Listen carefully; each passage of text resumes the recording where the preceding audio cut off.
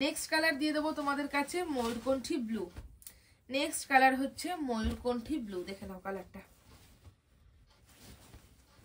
প্রত্যেকটা colour open করে দেখাচ্ছি তোমাদের বুঝতে যাতে কোনো অসুবিধা না হয়। 14 হাতের শাড়ি পাবে।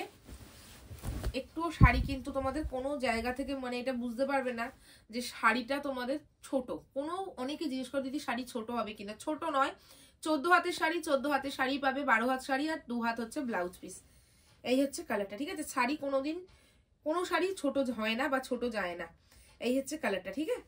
আর এই যে বিপির পোর্শনটা পিকক ব্লুর সাথে না পিকক গ্রিন রয়েছে। এই হয়ে যাবে বিপির পোর্শন, একদম প্লেনে বিপি, স্লিভসে বর্ডার পেয়ে যাবে।